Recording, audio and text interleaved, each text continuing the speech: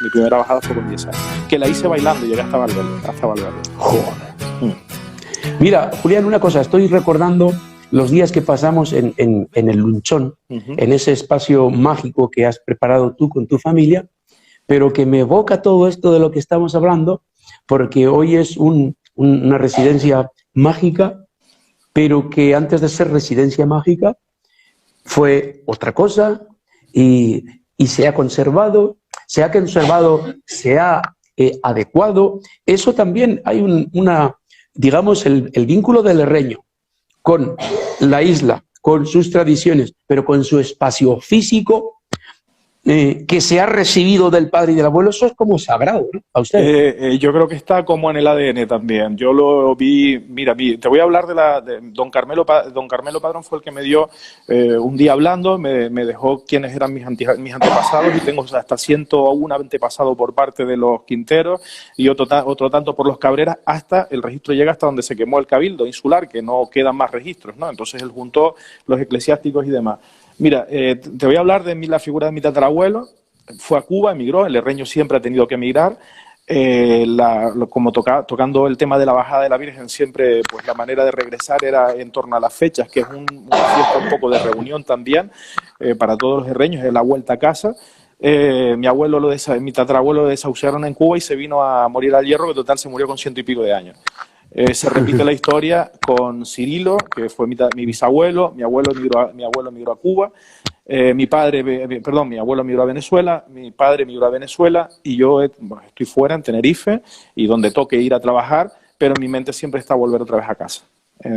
Yo tengo siempre, ahora tenemos la suerte de poder ir cada año con cierta frecuencia, pero evidentemente yo me planteo mi jubilación allí, en el Hierro. Muy bien. Te voy a hacer una pregunta. ¿Cuándo tú oyes por primera vez en tu vida, tienes noción por primera vez en tu vida, de que los gomeros tienen una cosa muy especial, que es que son capaces de comunicarse por el silbo? ¿Cuándo tú tienes noticia de eso? Yo tengo recuerdo. ¿Cuándo oyes por primera vez? Yo recuerdo desde siempre. Además me gustaban mucho los programas de Nanino Díaz Cutillas, y lo vi en el Hierro, me llamó mucho la atención. No teníamos acceso a la televisión entonces en el Hierro, pero sí tuve la oportunidad de visitar algún festival folclórico, y era parte del folclore, al gomero con su chácara, su tambor y el silbo. Entonces sí. No podría decirte qué edad tendría, pero como de toda la vida. Sí, el silbo gomero para mí fue conocido siempre de toda la vida. Claro.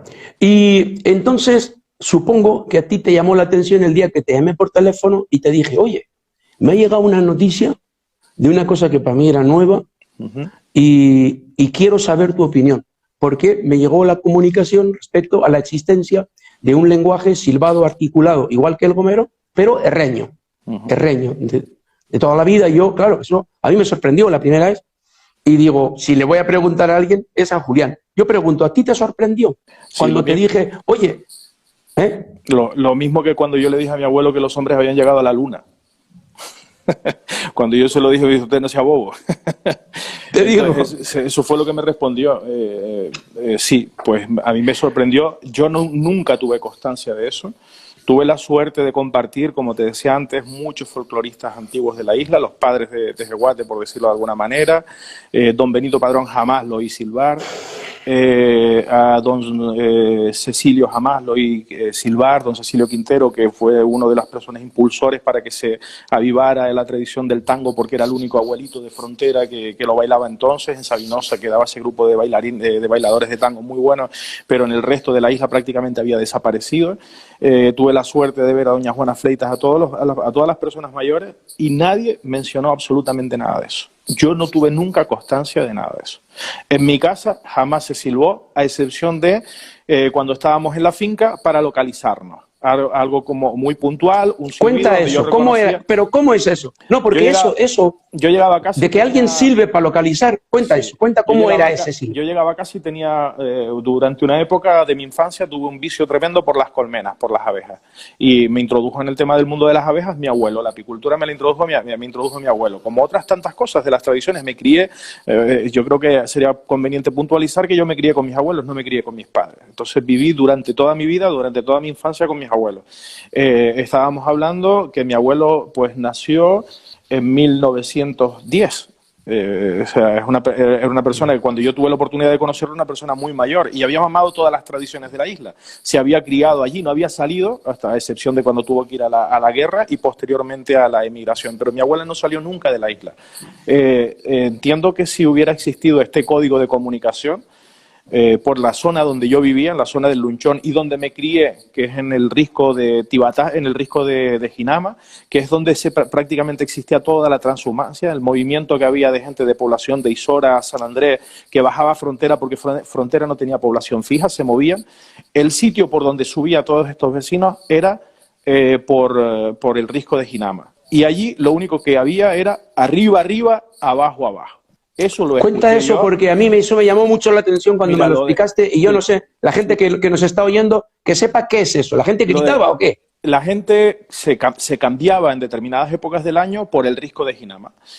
Subían con bestias y subían con animales. Bestias estamos hablando de los burros, de los animales, el mulo, el que tenía un burrito, lo que fuera, lo cargaba y lo llevaba pues con la fruta, con la verdura y con lo que fuera. Hasta un cacharro de agua del pozo se llevaba de allí.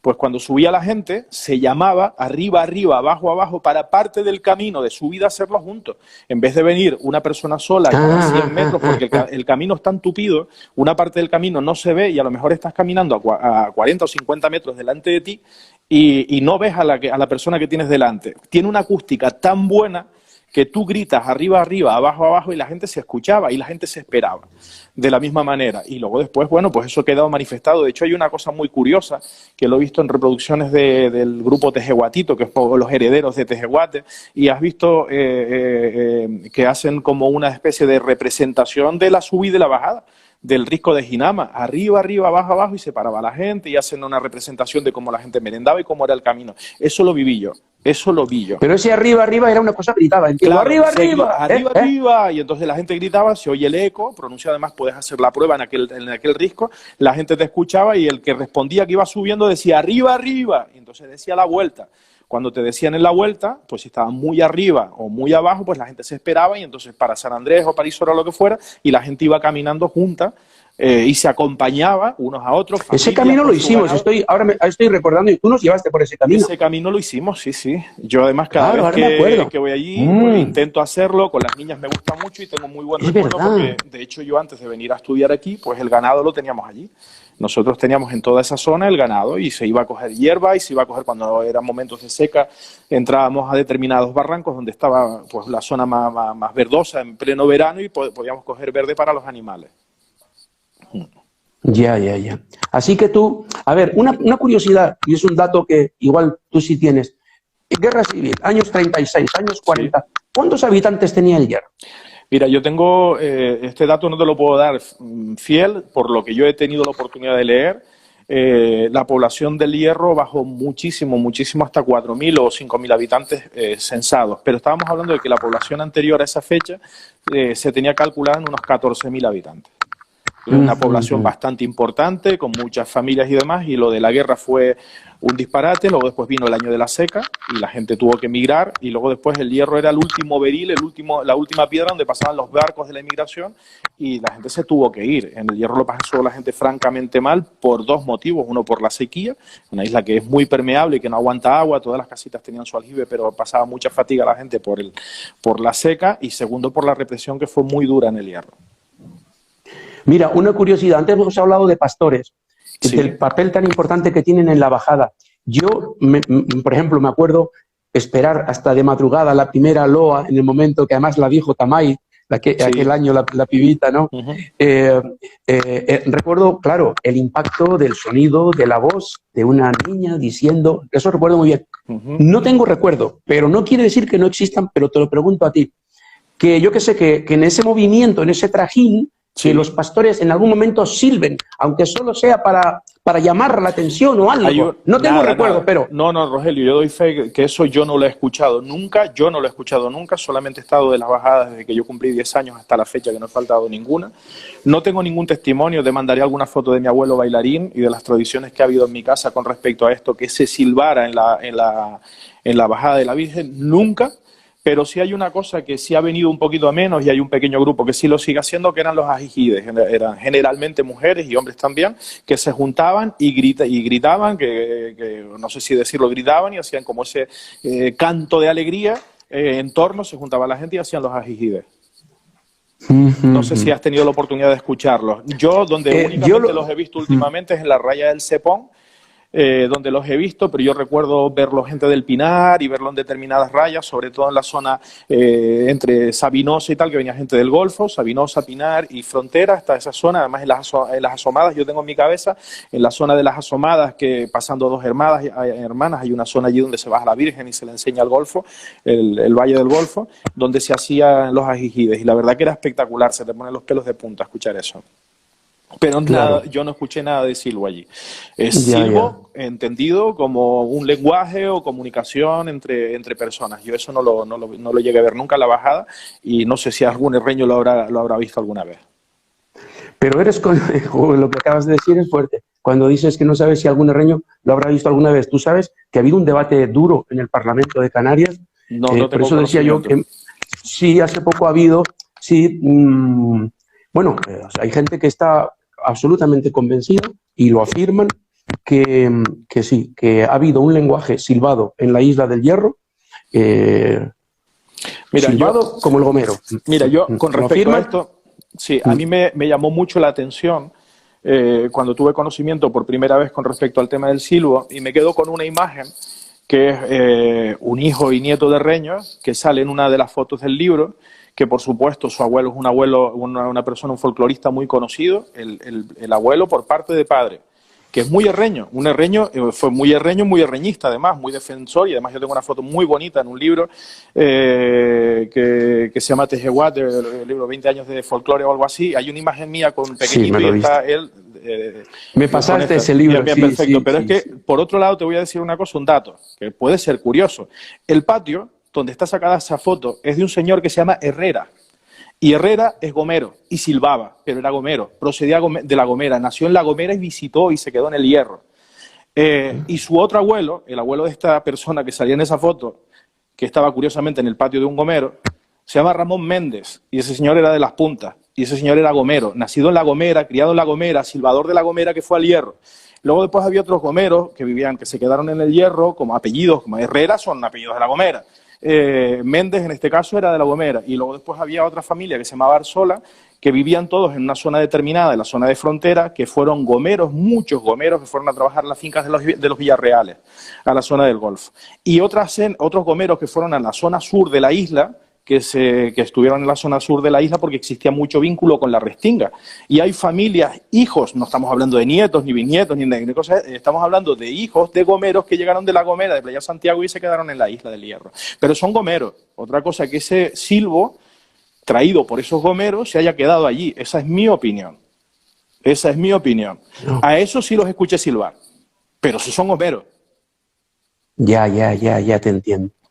Y eso no se veía, y esos gomeros no los escuché yo nunca silbar en una bajada ni en ninguna de las otras manifestaciones populares que había en la isla. Es más, te voy a decir una cosa. Si en el Hierro se hubiera silbado y yo tuviera conocimiento de que los viejos de la isla, aquellos padres y abuelos de las tradiciones que yo he mamado, hubieran silbado, me hubieran dicho, aunque sea de oídas, que se hubiera silbado, yo sería silbador de silbo herreño, a día de hoy. Pero como no lo vi en mi casa, no tengo ninguna constancia por parte de mis abuelos. Además, ya te voy a decir yo que al criarme con mis abuelos con ciertas limitaciones de movilidad y en la finca donde nosotros estábamos, si hubiera existido el silbo allí, en mi casa, y lo hubiéramos sabido, yo hubiera sido silbador. Te puedo decir que hubiera sido silbador de la misma manera que me puse un pantalón de brega, de la misma manera que cogí una chácara, de la misma manera que tranco un palo y le doy palos a un tambor, y me he mamado todas las rayas que hay en el Hierro. Las he tenido la oportunidad de bailarlas yo porque he tenido la suerte de que me den la bienvenida los guíos de cada uno de los grupos para poder acompañar sus tradiciones, con mucho respeto. Entonces, no puedo hablar de algo que desconozco. Entonces, del silbo herreño, ese del que se está hablando ahora, yo no puedo hablar, porque yo no lo conocí. Y tampoco escuché nunca hablar de él. Ahora sí, pero antes, en esa época, no. Eso no quiere decir que, bueno, que estuviera en algún lado, por ahí escondido o lo que fuera.